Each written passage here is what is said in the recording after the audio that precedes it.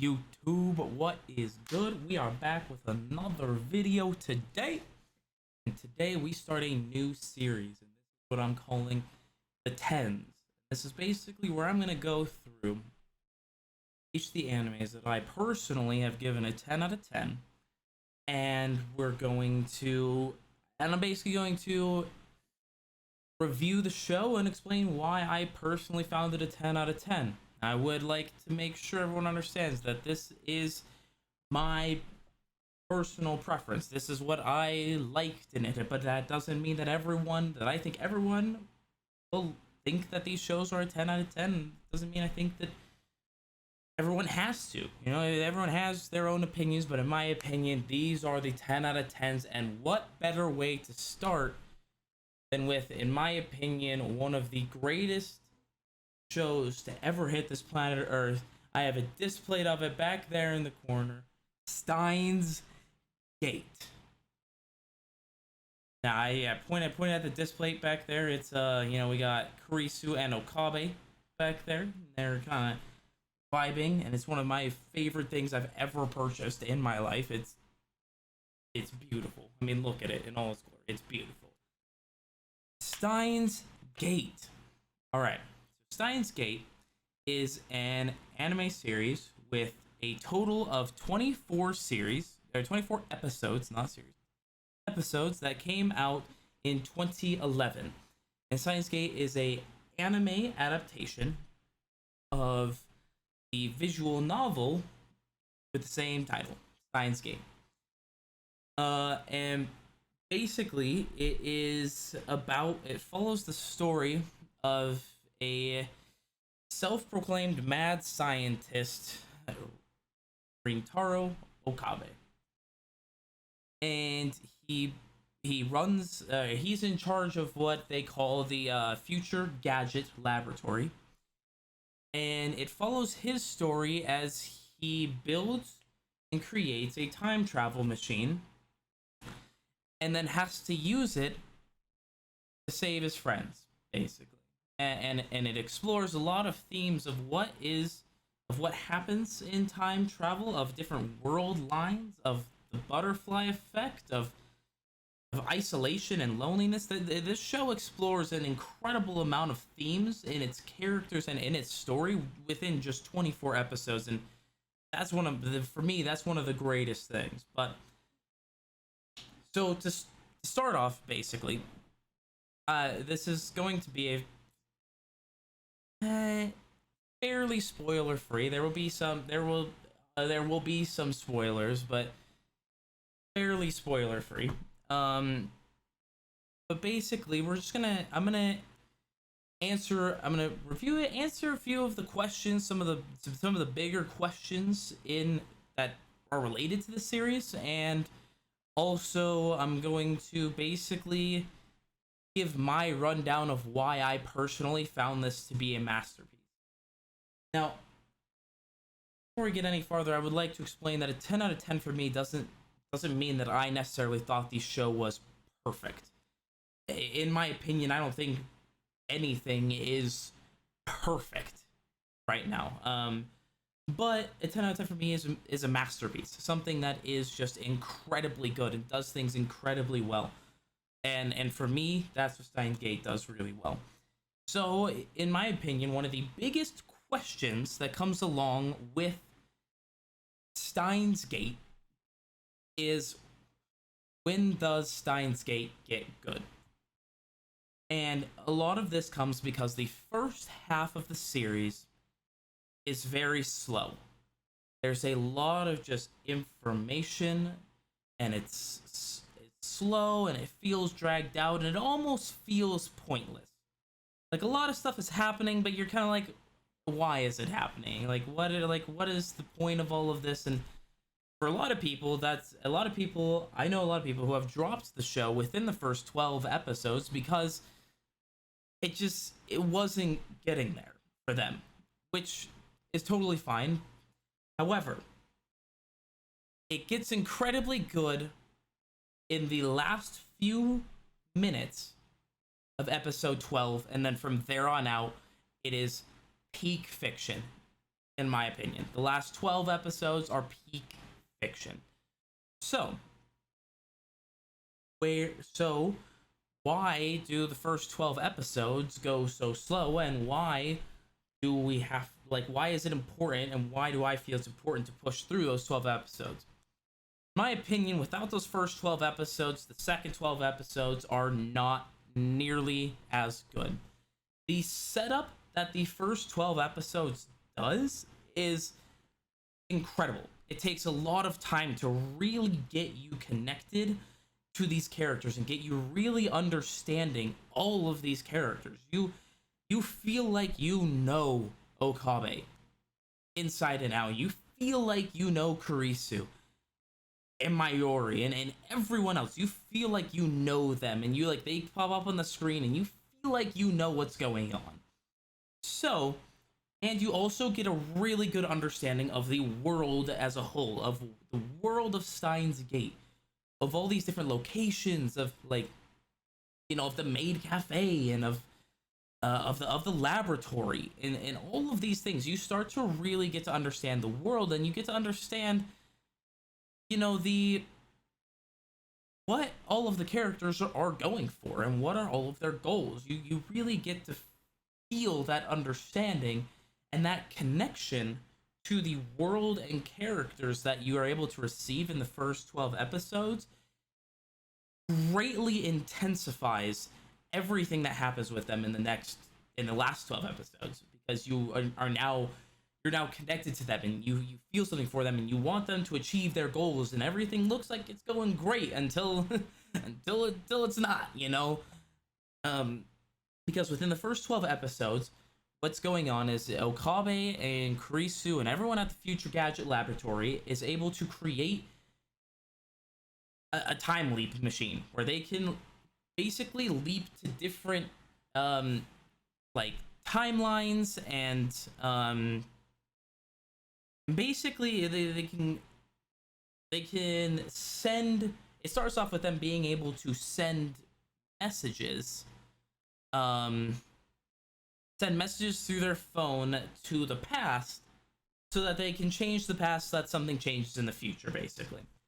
And that's where it starts, and it starts with them being able to do that. So a few characters, you know, that's really important to them. And I mean, one great example is of I mean, they send Ferris's email, sends us that his father never, that her father never dies, and that changes something drastically in the future. She now doesn't become the person she is when we first meet her in the series, because now she has that influence of her father in her life that she didn't have before.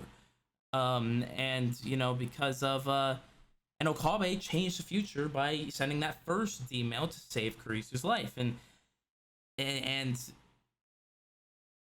yeah, there's just like Ruka as well, sending a email so that he could be born a female instead of being born a male, because because Ruka wanted to be a girl, and so doing that, it changes things, and it seems all good, you know, everything seems good for the first little while, because everything is going well, everyone's getting their main thing. They're like, if they all had one wish, they're getting that wish finally, and it's great, and now things are changing, until something incredibly bad happens, and it can all stem back to the fact that this time machine was built, basically. Now, major spoiler warning for this next thing, and it's what happens within the last few minutes of episode 12. And it's what happens to the character who is coined for saying this word. Because of that character, what happens to her is that the laboratory gets broken into, and she ends up getting shot. And it throws everything off. Okabe's like, what is going on? And he ends up fully time traveling himself into the past to hopefully save her.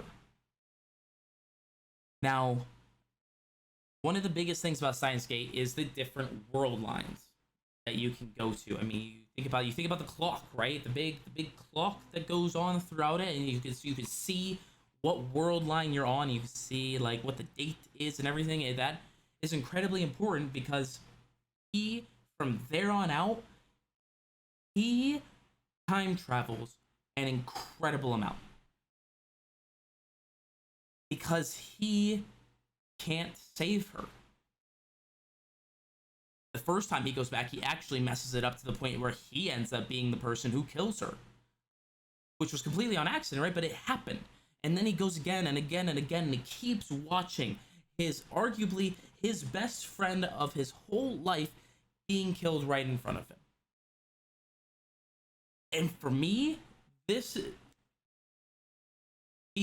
characters and the connection you have to those and this world that you have is what makes it a 10 out of 10.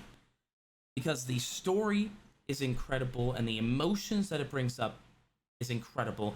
And then and you're also just, it keeps you thinking at all points of time. You're like, wait, what is going on? You're like, wait, what world line are we on? Wait, what is happening with this character? As then basically to get back to a world line where Mayuri eventually he has to ask for help, and he goes to Kurisu finally, and he asks her for help. She helps him, and they realize that the only way to save Mayuri is to basically get back to the very original timeline before they sent any D-mails. So he has to go and convince now all of his friends, all of these characters, to undo their one wish, basically. Which you can imagine how hard that would be. One of the best examples is the character of Ferris. Now, Ferris is kind of just this like fun character who, you know, is a lot more outspoken than a lot of the characters, but is best friends with Mayuri. That Ferris would consider Mayuri her best friend. And we see, so one of the hardest ones was asking her to basically go back to a world where her dad is dead to save Mayuri. And we finally, for the first time, we see this, like, you know, this really confident character in Ferris break down and really not know what to do. And eventually she does choose to basically undo, like, she sends another D-mail that undoes her last one, and it takes us now to a world line where her dad died in the original thing. And he has to go back and do that with every single character. You just imagine how hard that is for him. Because if you think about it, in this story, he is the only one who's keeping his memories. Everyone else, every time he switches world lines, everyone else loses their memories of the past world line. So they have like dreams of them, and they're like Mayuri actually brings this up. She's like, I've been having these dreams of me, you know, getting shot and then ran over by a car, and it's painful and it hurts. And Okabe just gets incredibly sad because he's the only one who remembers that those were actually things that happened, and he watched each and every one of them. But he is the only one who can remember all of these things. Everyone else doesn't remember, and it leads to this isolation feeling he has. You can just imagine how hard that is. And it's funny, not funny. Funny is a bad word for what I was about to say. If you back that up real quick. It's interesting the development Okabe has as a character. A lot of people start off being a little annoyed with Okabe. And I understand that he's loud, he has this laugh, that he goes he does that stuff, and it's like he self-proclaims himself as a mad scientist, and it can be annoying at first because you're like, dude, who is this guy? Like, he's just like, he's weird, what's going on?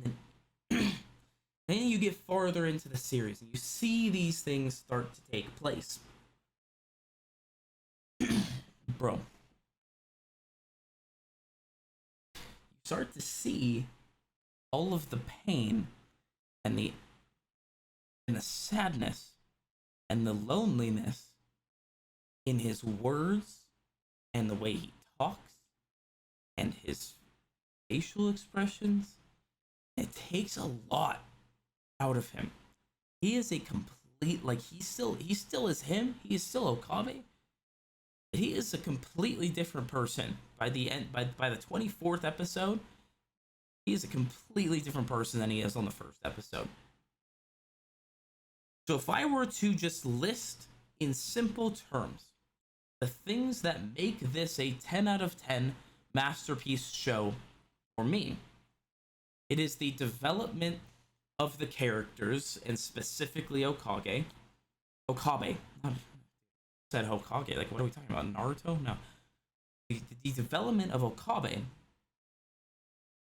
specifically, but the development of all the characters, the connection that they create, and the very, very stable base they build you to this world and characters in the first 12 episodes.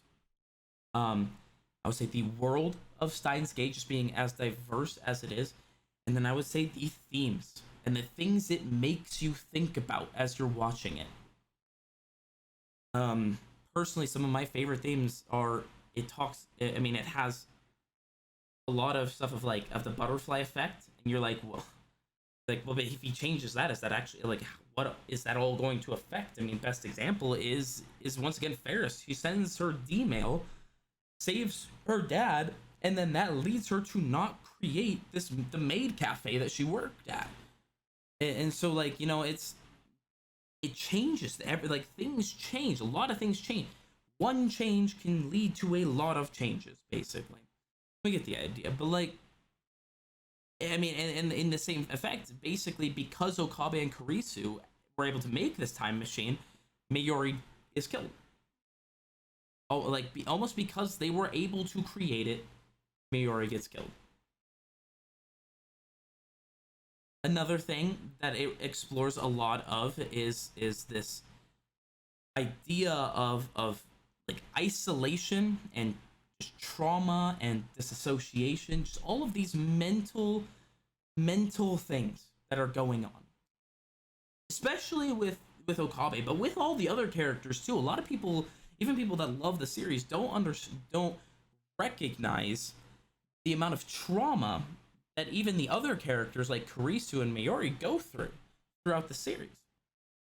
Okabe, it's obvious to see the trauma that he goes through. He has to watch literally his best friend in the world die over and over and over again, to the point where he's even talking with Kurisu and he's like, yeah, I got to this point where I was even lazily just thinking, oh, I can just fix this. Like, he basically gave up. He was like, I basically gave up. I just kept going back to just see her die again. It stopped having an effect on me. And it's like that amount of trauma that he had to go through for that, you see that clearly in him. But it's like you also see the amount of trauma and the amount of pain that Mayuri and Kurisu and everyone else goes through. And Mayuri is a great example because she says, she has that quote of her saying basically that she's having strange dreams where terrible things happen to her, and she's, like getting shot by the pistol, getting run over by the car, and she's like, it's like and in the dreams I keep reaching out for people, but I can't get help ever. And her saying that is like she is remembering, not really, but she's seeing these things as happen to her in other world lines, and that hurts her.